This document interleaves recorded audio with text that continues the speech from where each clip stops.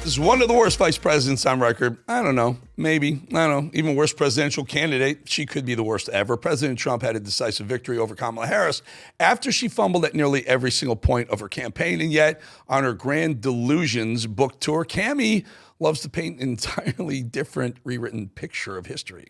Part of his strategy and those around him was to try and take me off our game and message.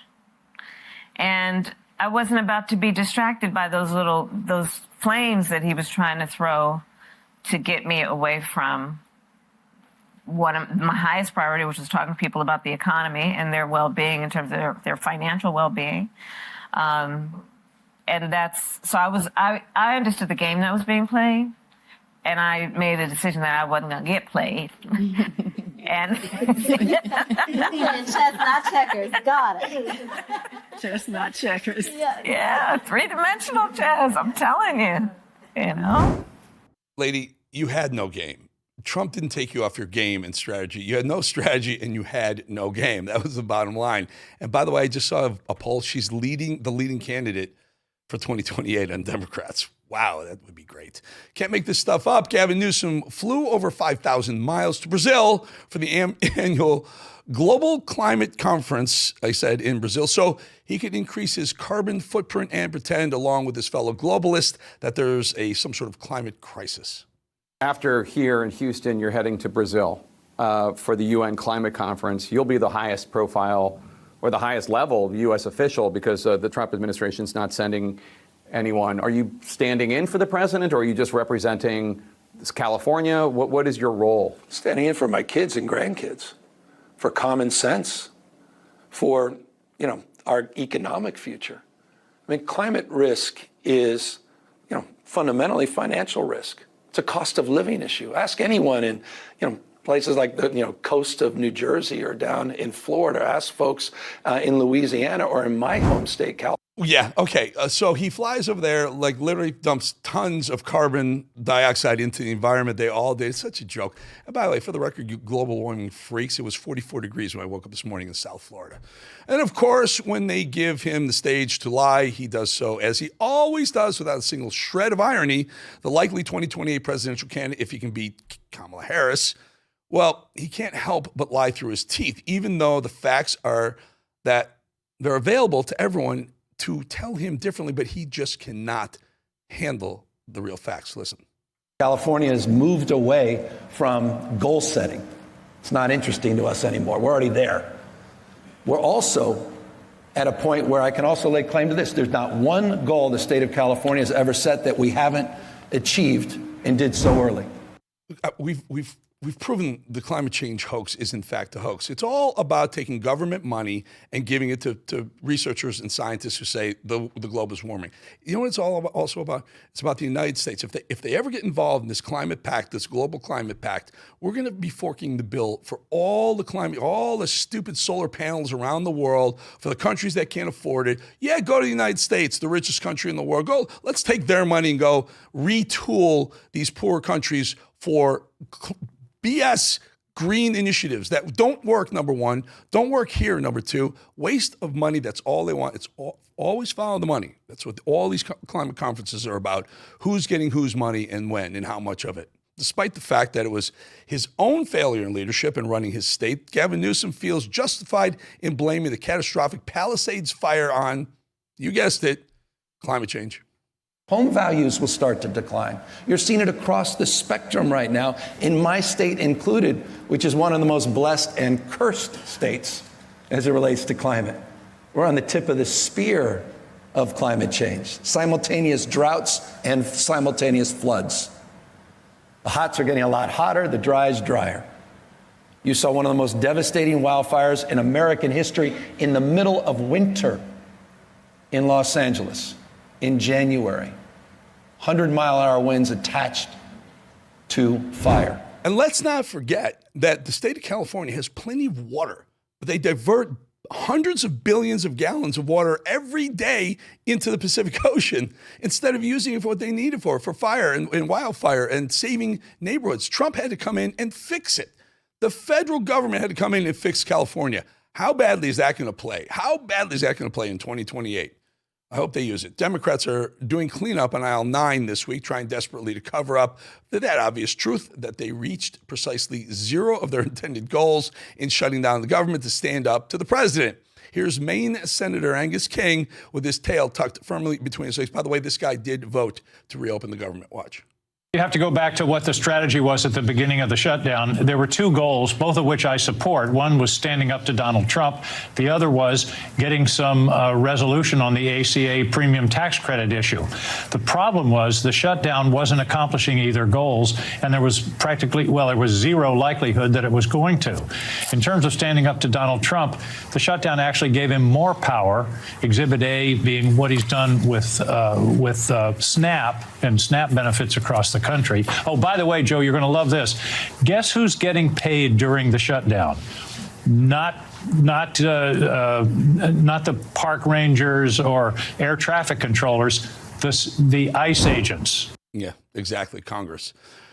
Everyone knows that Democrats only use the government shutdown to curry favor with voters, and one of their very own House Minority Whip Katherine Clark admitted that Democrats don't really care about Americans suffering, even though I'm not sure she wanted to do that. I mean, shutdowns are terrible. And of course, there will be, families that are going to suffer. We take that responsibility very seriously. But it is one of the few leveraged times we have. If it was all about reopening government and you're worried about families that were beginning to suffer or suffering or EBT cards were running out, then why are so many people calling for the 8 Democrat senators who voted with the Republicans to reopen the government? Why are they calling for their heads? If they were just concerned about opening the government, they negotiated, they got what they wanted, the government's open. What's the problem here? You didn't want the government open. You wanted people to suffer. They're liars, all of them. Which makes it so ironic to see one of their own pundits say something like this on CNN. I know a lot of Republicans. I know a lot of Democrats. They're cut from different cloths. Democrats simply don't have the cold-heartedness necessary to see people suffering. And that is Anna Navarro, who claims to be a conservative or was a conservative, wolf in sheep's clothing? Is that what they call her, them? Isn't it great to watch the left eat their own? Chucky Schumer makes their dreams come true, shuts down the government for leverage against the president and the Republican Party, accomplishes nothing as expected, and now the left want to toss him aside. This is beautiful. There's no guarantee in this New Deal that there's going to be a vote. There's no even commitment to have a vote. So the bottom line is the Democrats went into this after a blue wave out of the American people saying we do want the opposition. We the working people want the Democratic Party to fight for them. And now they just caved and surrendered. I think Chuck Schumer, his days are over. If he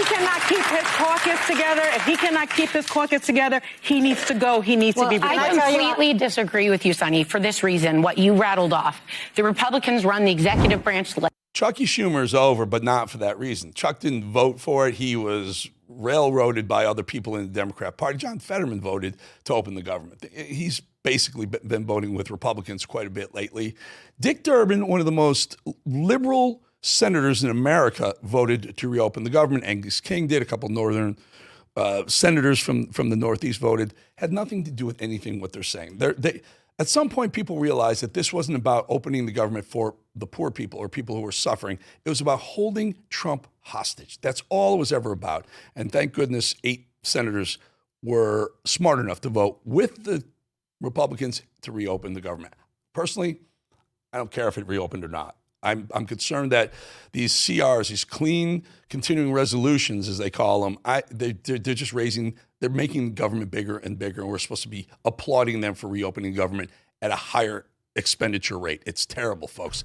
Get your budget together. Stop overspending. We're over $2 trillion overspending this year already.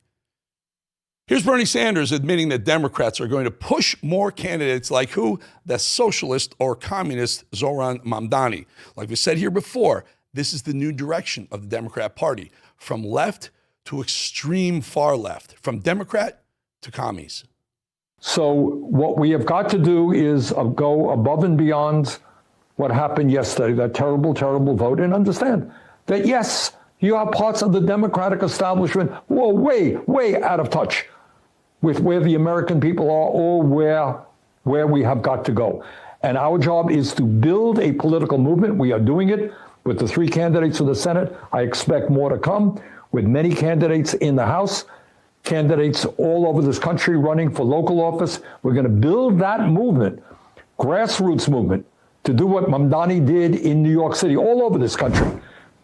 Oh, are you, Bernie? Are you? These nut jobs, Remember, Bernie was the first Democrat socialist. He called himself first, then AOC jumped on board. Now you got the Mamdamis. It's going to get ugly for them. It's going to get really, really ugly when they realize that Mamdani can do absolutely nothing. And I will bring it up again and again and again over the weekend when we saw the mosque, Times Square, turned into a makeshift mosque. That video speaks 1,000 words. All right, folks, I'm going to thank you again. It's amazing you're subscribing at such a rate, 125 times faster than any new YouTube show. It's incredible, the number of subscribers. You're subscribing in droves. We have a huge guest on Thursday, 2 days from now in the morning. Big guest, put together a couple $100 million business in a few years. Fascinating man. Everyone knows him. You'll know his name. I would like you to tell me who you think it is. You got to subscribe first. Go to subscription.